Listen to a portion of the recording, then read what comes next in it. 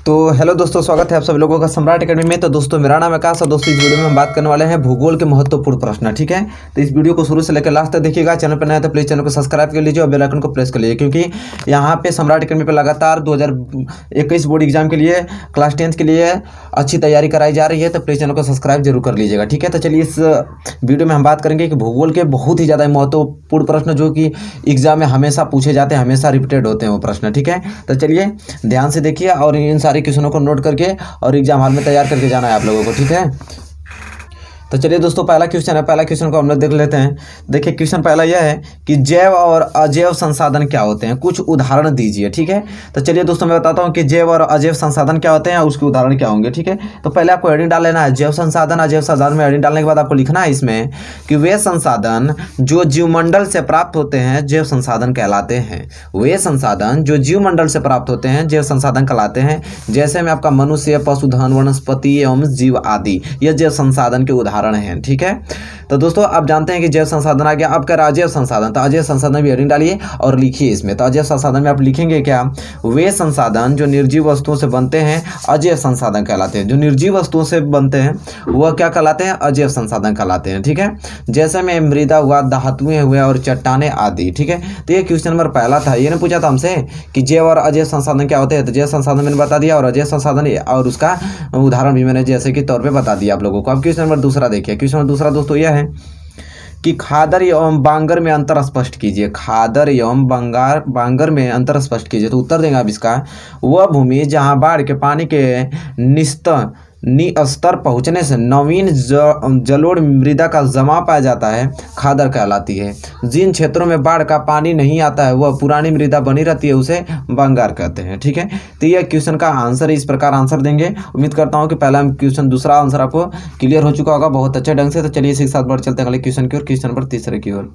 और दोस्तों question number तीसरा यह है कि वनों के किन्हीं दो प्रत्यक्ष लाभों को बताइए। वनों के किन्हीं दो प्रत्यक्ष लाभों को बताइए। तो उत्तर आप देंगे वनों के दो प्रत्यक्ष लाभ निम्नलिखित हैं। कौन कौन से, तो पहला आपको लिखना है वनों से घरेलू उपभोग की वस्तुएं, पशुओं हेतु चारा तथा ईंधन हेतु लकड़ी और वन्य जीवों की आवास प्राप्त होता है। और दूसरा कारण आपको लिखना है कि वनों से वातावरण में ऑक्सीजन की पूर्ति होती है। ठीक है, तो ये इस क्वेश्चन का आंसर देंगे। ये पूछा था वनों के किन्हीं दो प्रत्यक्ष लाभों को बताइए। दो प्रत्यक्ष लाभ आपको बहुत ज़्यादा इंपॉर्टेंट क्वेश्चन है, इन क्वेश्चनों को आपको याद करके जाना है किसी कीमत पे एग्जाम हॉल पे। तो क्वेश्चन नंबर चौथा देखिए। क्वेश्चन नंबर चौथा दोस्तों यह है, भारत की प्रमुख बहुउद्देशीय नदी घाटी परियोजना के नाम लिखिए। भारत की प्रमुख बहुउद्देशीय नदी घाटी परियोजना के नाम लिखिए। उत्तर में लिखना है दामोदर नदी घाटी परियोजना, भांगड़ा नांगल नदी घाटी परियोजना, हीराकुंड नदी घाटी परियोजना, सरदार सरोवर नदी घाटी परियोजना आदि। तो हमसे क्या पूछा था, भारत के प्रमुख बहुउद्देशीय नदी घाटी परियोजना के नाम लिखिए। तो यहाँ पे कुछ मैंने यहाँ पे बहुउद्देशीय नदी घाटी परियोजना के नाम यहाँ पे आप लिख देंगे इस प्रकार। ठीक है, आपको फुल मार्क्स मिल जाएगा। क्वेश्चन नंबर चौथा था, उम्मीद करता हूँ क्लियर हो चुका होगा आप लोगों को। क्वेश्चन नंबर पाँचवें की ओर बढ़ चलते हैं और क्वेश्चन नंबर पाँचवें को देखते हैं। क्वेश्चन नंबर पाँचवां दोस्तों यह है, भारत की किन्हीं दो जल विद्युत परियोजनाओं के नाम लिखिए। भारत की किन्हीं दो जल विद्युत परियोजनाओं के नाम लिखिए। या तो आपसे क्वेश्चन इस प्रकार पूछेगा कि उत्तरीय भारत की किन्हीं दो नदी घाटी परियोजना के नाम लिखिए। तो इन दोनों क्वेश्चनों का आंसर एक ही दे पाएंगे आप। क्या देंगे कि भारत की दो जल विद्युत नदी घाटी परियोजना के नाम कौन कौन से हैं। तो यहाँ पे आप लिख सकते हैं टिहरी जल विद्युत परियोजना जो भागीरथी एवं बिलंगना नदी पे है, और दामोदर नदी घाटी परियोजना दामोदर नदी पे। ठीक है, तो ये उत्तर आप लिखेंगे। क्वेश्चन नंबर पाँचवां आपको क्लियर हो चुका होगा दोस्तों, उम्मीद करता हूँ। तो चलिए बढ़ चलते हैं अगले क्वेश्चन के, क्वेश्चन नंबर छठवें की ओर। चलिए तो क्वेश्चन नंबर छठवां देख लेते हैं फटाफट। आप याद कीजिए और इसे नोट कीजिए। क्वेश्चन नंबर छठवां यह है, वनों पर आधारित प्रमुख उद्योगों के नाम बताइए। वनों पर आधारित प्रमुख उद्योगों के नाम बताइए। तो उत्तर आप देंगे कि वनों पर आधारित प्रमुख उद्योगों के नाम लिखित हैं कौन कौन से, तो कागज उद्योग, खेत उपकरण उद्योग, माचिस उद्योग और तारपीन तेल उद्योग। ये जो उद्योग है तो दोस्तों ये वनों पे आधारित उद्योग है। ठीक है, क्योंकि वनों से ये बनाए जाते हैं चीज़ें। ठीक है, तो दोस्तों उम्मीद करता हूँ क्वेश्चन नंबर छठवां आपको समझ में आ गया हो गया। अब क्वेश्चन नंबर सातवें की ओर बढ़ चलते हैं और क्वेश्चन नंबर सातवां दोस्तों ये है, भारत की दो नकदी फसलों का उल्लेख कीजिए। भारत की कोई दो नकदी फसलों का उल्लेख करना है, अथवा या तो आप भारत की दो व्यापारिक फसलों के नाम लिखिए। ये दोनों प्रश्न आपको पूछ सकता है। तो किसी प्रकार पूछे उत्तर एक ही देंगे आप। क्या देंगे कि भारत की दो नकदी या व्यापारिक फसलों निम्नलिखित हैं कौन कौन से, गन्ना और दूसरा चाय। ठीक है, ये क्वेश्चन नंबर सातवां का आंसर। उम्मीद करता हूँ कि क्वेश्चन नंबर सातवां आपको बहुत ही अच्छे ढंग से क्लियर हो चुका होगा। तब हम बढ़ चलते हैं अगले क्वेश्चन की ओर और क्वेश्चन नंबर 8वें की और क्वेश्चन नंबर 8वां देखते हैं। क्वेश्चन नंबर 8वां दोस्तों यह है, एक पेय फसल का नाम बताइए तथा उसको उगाने के लिए अनुकूल भौगोलिक परिस्थितियों का विवरण दीजिए। ठीक है।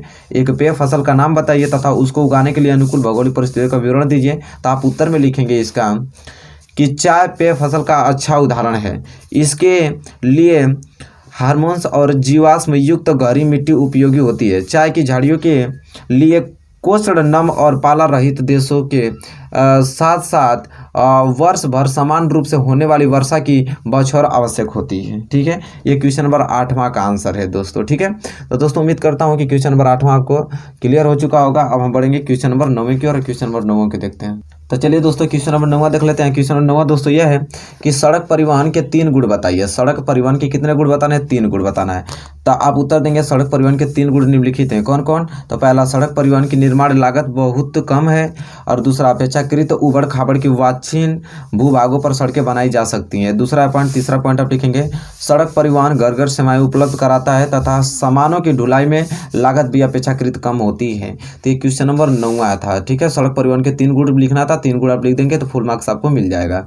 उम्मीद करता हूँ क्वेश्चन 9 आपको क्लियर हो चुका होगा।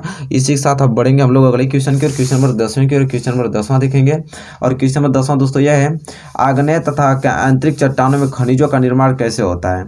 आग्नेय तथा आंतरिक चट्टानों में खनिजों का निर्माण कैसे होता है? तो उत्तर आप लिखेंगे इसका, खनिज आग्नेय तथा आंतरिक चट्टानों की दरारों, जोड़ों व भ्रंशों में मिलते हैं। खनिजों का छोटा जमाव सिराओं के रूप में तथा वृहत जमाव परत के रूप में होता है।